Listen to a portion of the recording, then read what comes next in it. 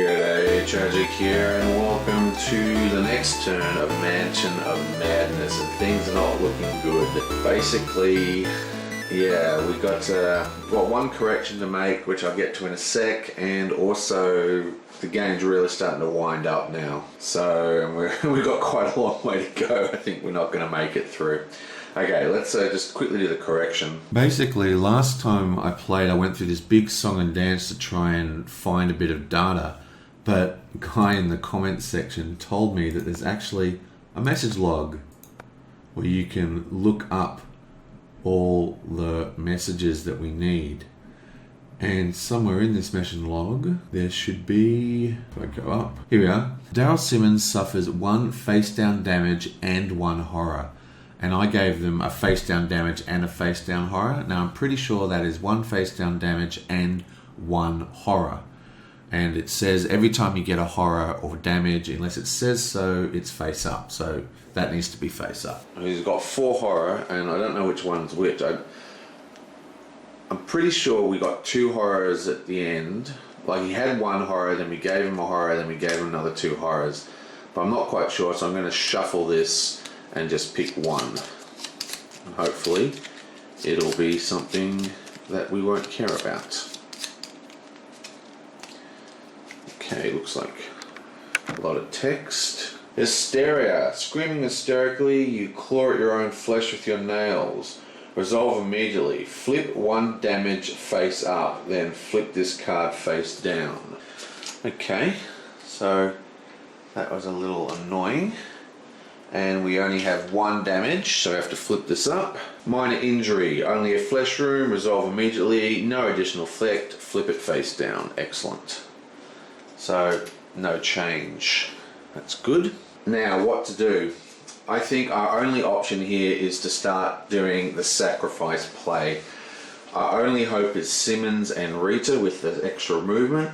They're going to start making the run for it and try and complete everything. Meanwhile, everyone else is going to try their hardest to delay the mobs and probably sacrifice their pitiful, meaningless lives for the greater good. Okay, so that's the plan. The father is going to go 1, 2, and then he's going to use his ability to focus Rita. Bam.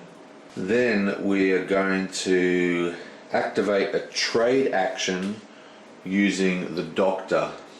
Now, as they're basically all in the same area except for Simmons, we're going to give her the evidence, give her the old journal, give her the evidence, give her the key, give her the cross, and we're also giving her the dynamite.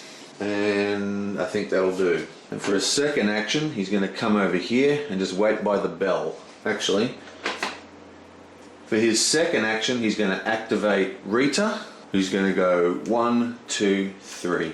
Actually, we're going to give the dynamite to the sister.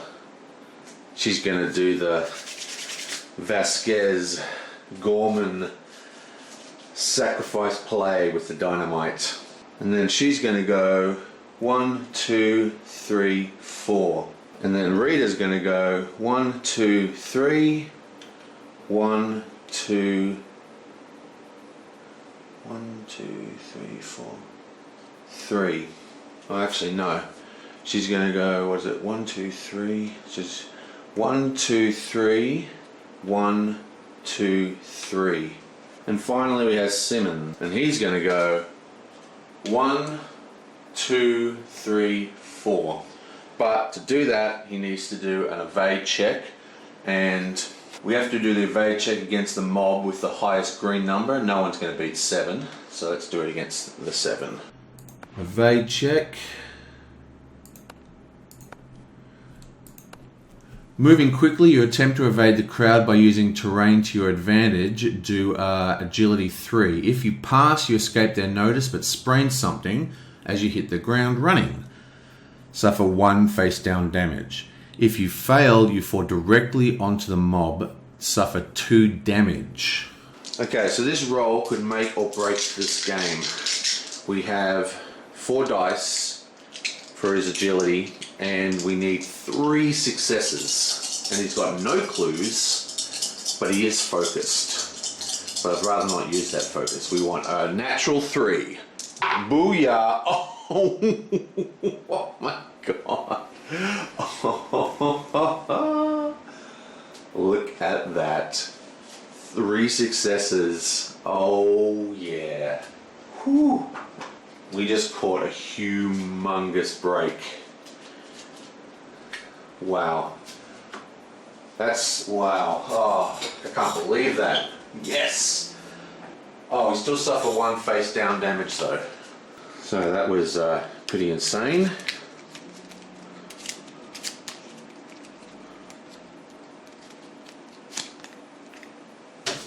Oh man, I feel lightheaded after that roll. Okay, click. Okay, so is that 1, 2, 3, 4? Actually, I think we've got to just keep risking it. So instead of going in there, he's going to go here. Yeah, I think he's going to go here, but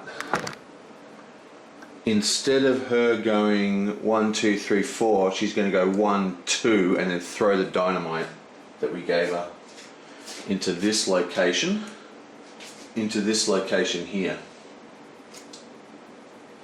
So let's just read that. Action. You light the fuse and toss the explosive, flip this card face down and place it with a space within range. At the end of the investigator phase, each investigator in this space or an adjacent space suffers 8 damage, and each monster in those spaces suffers 10 damage. So we've discarded that. So if we come to our monsters, you get 10 damage,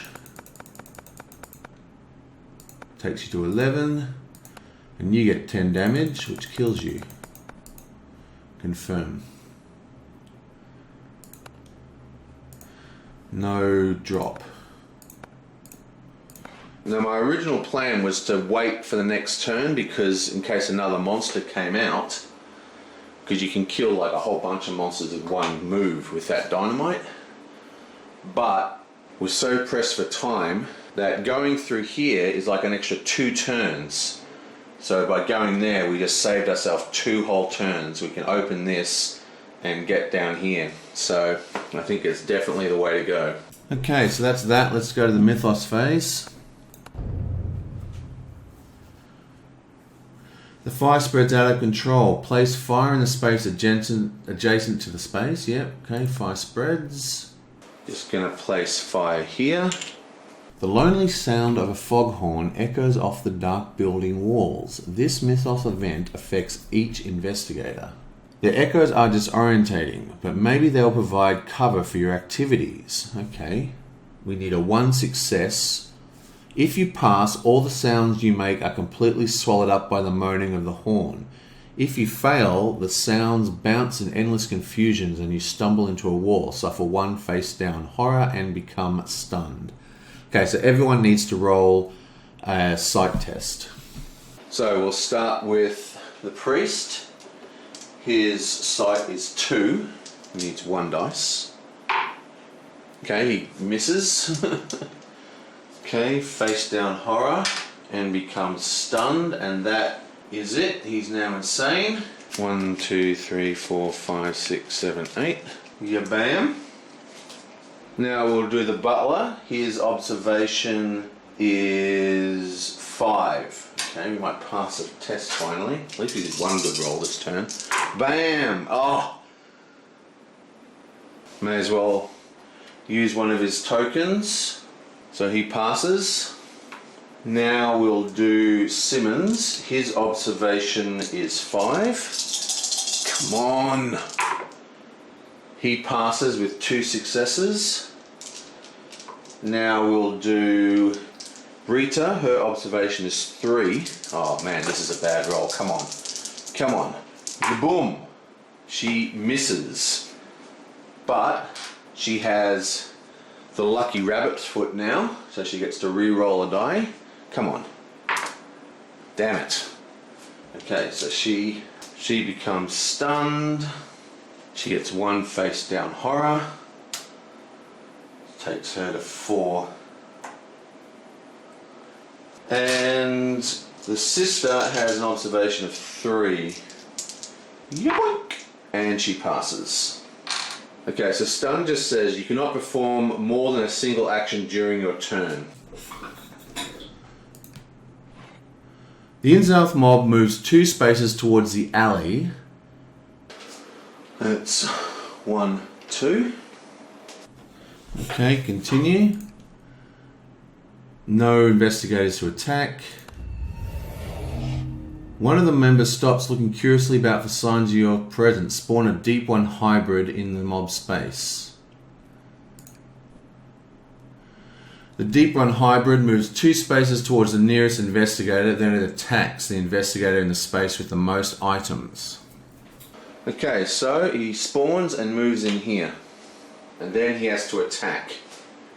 The father has the most items.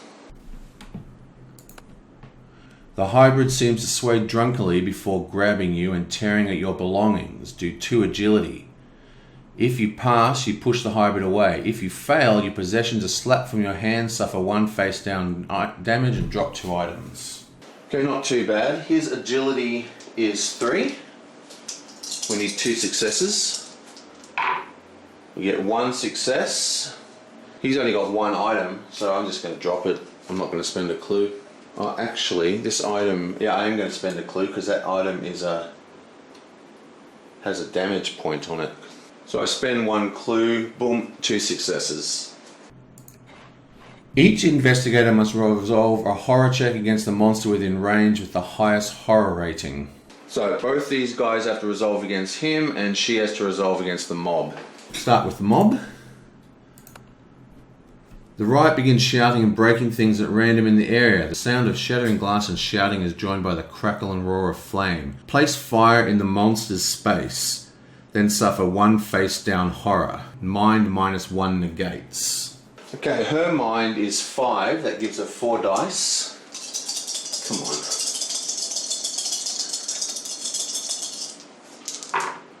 Okay, she fails.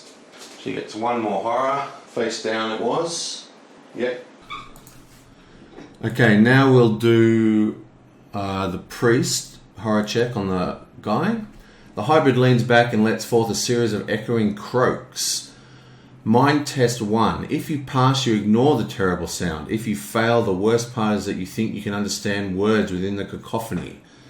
Suffer 2 horror. We should be able to pass this. His mind is 5.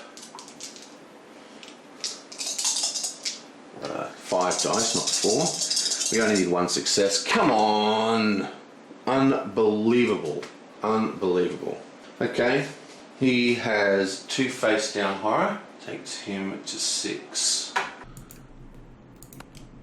And the other guy, the hybrid eyes are huge and black, more fish than human, suffer 1 horror, mind +1 negates. Carlson's mind is 3, +1 is 4. We only need 1 success. Come on, come on! Yes, 3 successes. That's what we like to see. 4 successes if I was rolling crazy. Nice! Okay, and that's it. Gabam. End. Whew. Right, the game is getting very, very desperate now. It's actually kind of good. It's got a bit of that Arkham Horror feeling of intense just desperation. I just don't think we can make this, but there's still a slight chance we could squeeze it out, but we're going to lose investigators. We have to kill this guy this turn, and then this guy can hide in here and ring the bell, and he's just going to sacrifice himself. He might be able to run out if he's super lucky.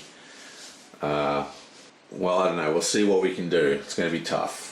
Meanwhile, Carson will be able to get into here. Awesome. And Rita is going to be able to get into here. She's got the key there. So the 2 big hidden rooms we can hit next turn finally. And Carson will be able to come out of here and use the fire extinguisher there. But we're so strapped for time, we might just ignore the fire and just and let ourselves get the points of damage. I don't think we can spare the action to actually put out the fire. And we spent all that time wasting time trying to get the fire extinguisher over to this side of the map. So yeah, we're in a real pickle. Basically, yeah. Okay. So we need and remember, she's stunned, so she's going to do one action next turn. So we can open this door and that's it. So that's at least one. And then he can open there. There's probably something in there he needs to look at. Yeah, so if he goes in here, he'll probably be able to walk in for free. Then he'll go 1, 2, and put out the fire. No, he won't be able to put out the fire. Yeah, harsh. Well, we'll figure it out next turn. So there's still quite a lot to do here. It's going to be very, very tight if we can get this to work at all. Okie doke. Hardcore. I will see you guys next time.